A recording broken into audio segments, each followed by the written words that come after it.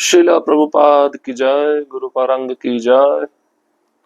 तो कल के सत्र में हमने सुना था शिल प्रभुपाद जी जब भगवान कृष्ण के विग्रह का दर्शन करते हैं तो उनको ऐसा लगता है कृष्ण थके हुए हैं, क्योंकि भक्तों ने रात की संकीर्तन पार्टी में ऐसा सोचा कि सुबह जल्दी उठाना पड़ेगा। तो हम क्या करते हैं, रात भर जागते हैं, भगवान को जल्दी उठा देते हैं, मंगल आरती का जो समय है उससे पहले उठाएंगे और फिर सेवा कर लेंगे। इससे पर्याप्त भगवान कृष्ण को नींद नहीं मिल सकी। और अगले दिन जब प्रभुपाद जी दर्शन के लिए आए तो उन्होंने देखा कि कृष्ण थके हुए दिख रहे हैं, क्योंकि दिन भर वह गोप गोपियों के साथ क्रीड़ा करते हैं और रात में उनको विश्राम नहीं मिलता तो कृष्ण थक जाते हैं। इसलिए प्रभुपाद जी बोले कृष्ण को उचित विश्राम चाहिए। इस तरह से भक्त जान गए कि जो समय निर्धारित किया गया है आरतियों के लिए उसी समय पे हमें सेवा करनी चाहिए। एक शिष्य जो प्रभुपाद जी से दीक्षा ले रहे थे, प्रभुपाद जी ने उनका मन पढ़ लिया और वह शिष्य घबरा गए। शिष्य सोचने लगे दीक्षा लेने से पहले मैं सुबह का बाल भोग मिष्ठान चुरा कर खाता था, क्योंकि कृष्ण का नाम है जगत चक्षु और प्रभुपाद जी ने वही नाम उस शिष्य को दिया। प्रभुपाद जी ने कहा गंभीरता पूर्वक, कृष्ण तुमको हमेशा देख रहे हैं, तुम कृष्ण की नजरों से बच नहीं सकते। इसके पश्चात प्रभुपाद जी इतने नम्र थे कि उन्होंने अपने गुरु भाइयों से क्षमा मांगी। शरीर छोड़ने से पहले उन्होंने कहा आप मुझे क्षमा करिए, मैंने प्रवचनों में कठोर शब्द कहे, आपके प्रति अपराध किया और साथ ही साथ मेरे शिष्यों को भी क्षमा करिए, क्योंकि मैंने उनको प्रचार करना तो सिखाया लेकिन मर्यादा का जो व्यवहार है वह मैं उनको सिखा नहीं पाया। ये प्रभुपाद जी की विनयशीलता थी, नम्रता थी, जो अंतिम समय में वे अपने गुरु भाइयों के समक्ष प्रकट कर रहे थे। और इससे प्रभुपाद जी के शिष्यों का प्यार प्रभुपाद जी के प्रति और बढ़ गया, क्योंकि उन्होंने देखा प्रभुपाद जी असह्य दर्द में है, पीड़ा में है, और उस समय भी वह कोई गोली नहीं मांग रही, कोई औषधि नहीं मांग रही, जबकि उनका शरीर जल रहा है।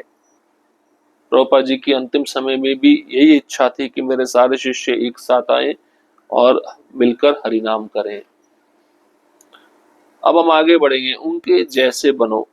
एक बार एक पत्रकार ने प्रभुपाद से पूछा क्या आप कृष्ण के शुद्ध भक्त हैं? प्रभुपाद ने कहा हाँ। तो इसका अर्थ है कि आप कृष्ण को देखते हैं? हाँ।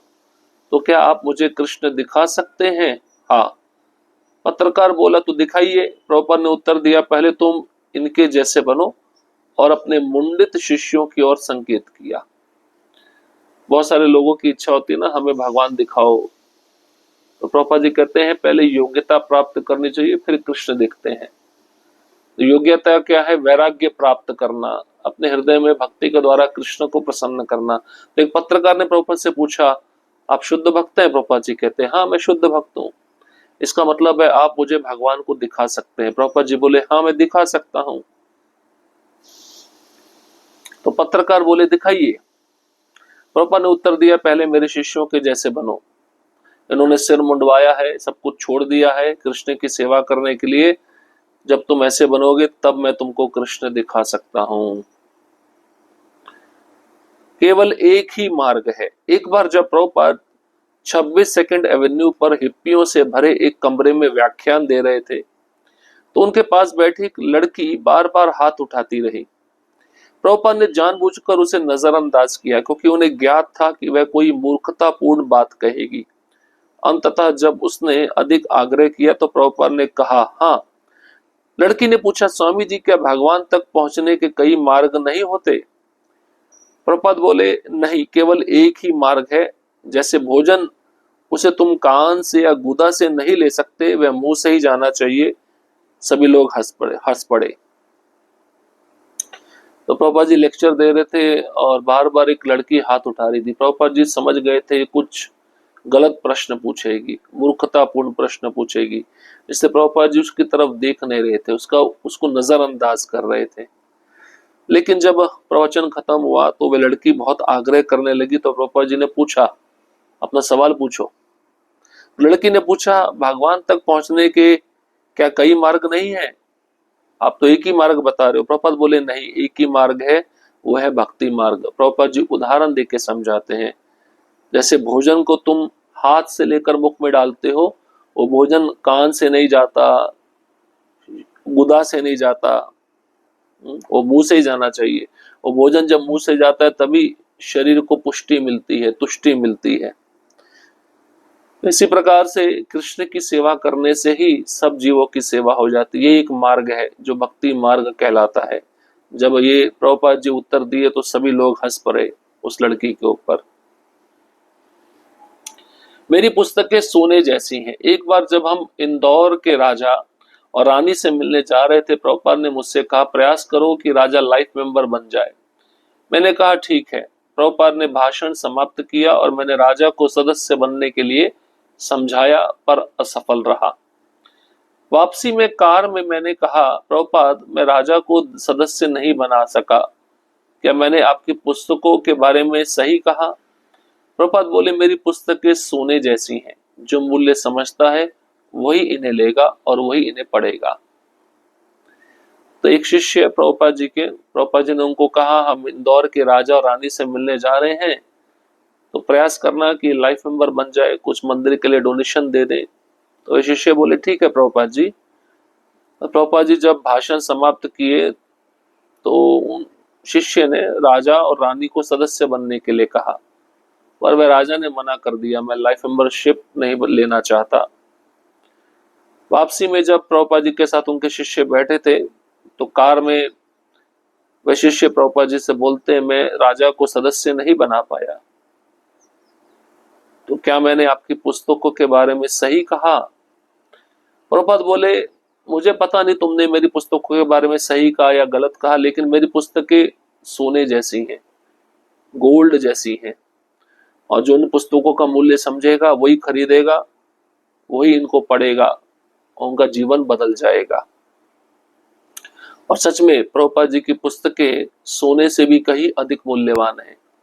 जो इन पुस्तकों को पढ़ेगा वह अपने जीवन का उद्देश्य समझ पाएगा, वह अपना संबंध कृष्ण के साथ समझ पाएगा और कृष्ण को शरणागत होकर उनकी सेवा करके वह भगवत धाम चला जाएगा, वापस कभी संसार में दोबारा नहीं आएगा। प्रभुपाद जी के पुस्तकें का जो उद्देश्य है यही है कि मानव कल्याण के लिए ये पुस्तकें लिखी गई हैं और मानवता में, मनुष्यों में जो सुप्त कृष्ण प्रेम जागृत नहीं है उसको कैसे जगाया जाए, पुस्तकों में दिया गया है। युद्ध की तैयारी कैसे करें? मायापुर की एक सुबह की सैर में जब प्रभुपाद ने आगामी युद्ध की बात की तो मैंने पूछा प्रभुपाद क्या हमें किसी प्रकार की तैयारी करनी चाहिए? उन्होंने कहा तुम केवल हरि नाम जपने की तैयारी करो। मैंने कहा बस इतना ही? प्रभुपाद बोले बस इतना ही। तो भक्तों को डरना नहीं चाहिए।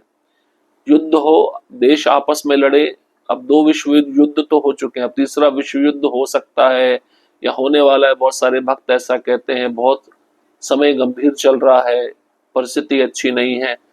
चाहे युद्ध हो या ना हो, युद्ध के समय में भी भक्तों को घबराना नहीं चाहिए। तो प्रभुपाद जी को एक शिष्य प्रश्न पूछते हैं प्रभुपाद युद्ध के समय हमें तैयारी करनी चाहिए किसी प्रकार की? प्रभुपाद ने कहा नहीं, केवल एक ही तैयारी करो, हरिनाम जप करने की, बस इतना करो। प्रभुपाद बोले बस इतना ही चाहिए। मैंने ये सारी पुस्तकें क्यों लिखी? एक दिन प्रभुपाद ने मुझसे पूछा मैंने ये सारी पुस्तकें क्यों लिखी? मैंने कहा ताकि हम दर्शन सीख सकें। प्रभुपाद बोले नहीं, ये पुस्तकें इसलिए है कि तुम हरिनाम जपने के लिए दृढ़ निश्चय कर सको। यदि तुम दृढ़ हो तो इन पुस्तकों को पढ़ने की आवश्यकता नहीं। तो प्रभुपाद जी से पूछा किसी ने, प्रभुपाद जी ने पूछा एक शिष्य को मैंने ये सारी पुस्तकें क्यों लिखी हैं, इसके पीछे क्या कारण है, क्या उद्देश्य है? तो शिष्य ने कहा ताकि हम दर्शन सीख सकें, फिलॉसफी सीख सकें, सिद्धांतों को समझ सकें।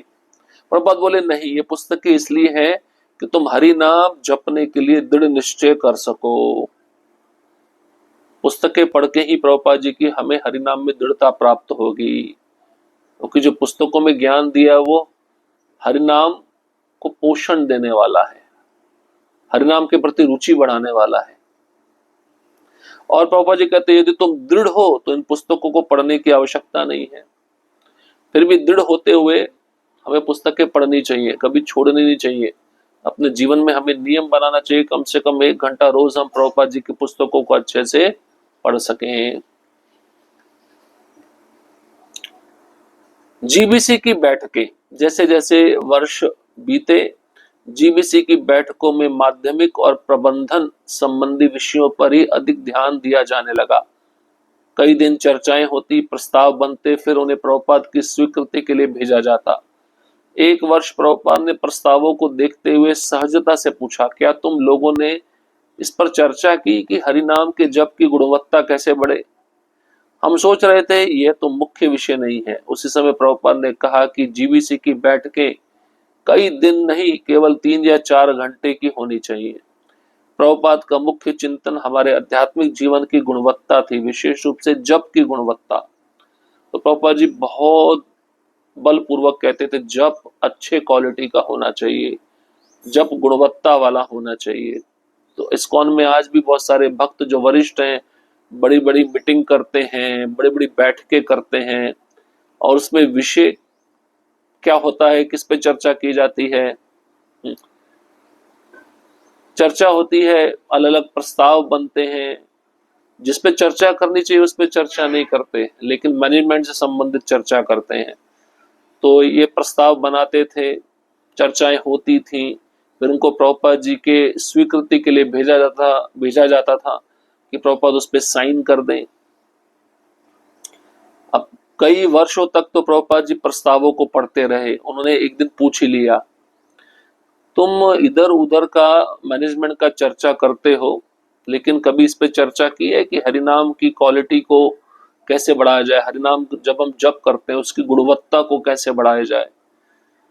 तो बाकी जो शिष्य थे प्रभुपाद जी के सोच रहे थे हमने तो कभी ये सोचा ही नहीं था, ये तो मुख्य विषय नहीं था। तो प्रभुपाद जी कहे कि जीबीसी की बैठकें कई दिन तक चलती रहती है, मीटिंग, ये बैठक कम से कम 3 या 4 घंटे की होनी चाहिए, इससे ज्यादा नहीं। और प्रभुपाद जी का मुख्य चिंतन था कि मेरे जो शिष्य हैं उनकी जप में गुणवत्ता बढ़े, जो जप करने का क्वालिटी है वो बढ़े, सेवा करने का गुणवत्ता बढ़े। प्रभुपाद जी इस पे ज्यादा ध्यान देते थे। ठीक है, और भी बहुत सारी लीलाएं हैं, उसको धीरे धीरे करके हम आगे पढ़ेंगे और श्रवण करेंगे। बहुत सुंदर लीलाएं हैं, हमें निरंतर लीलाओं का चिंतन करते रहना चाहिए।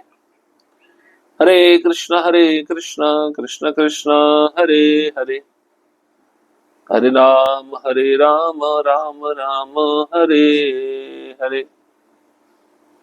श्रील प्रभुपाद की जय, गुरु गौरांग की जय।